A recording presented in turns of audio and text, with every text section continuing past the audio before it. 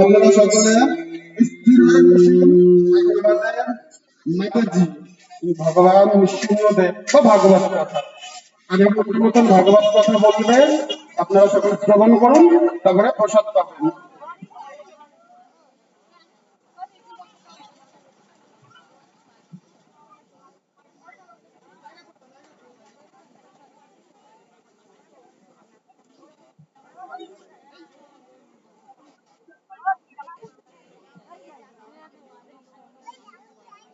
Yeah.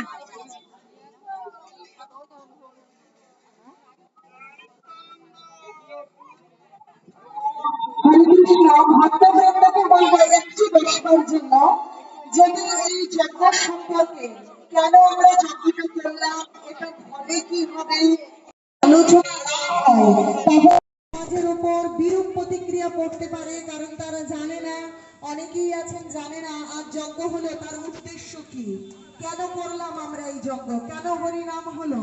এই বিষয়ে সামান্য কিছুটা সময় আমরা ভাগবত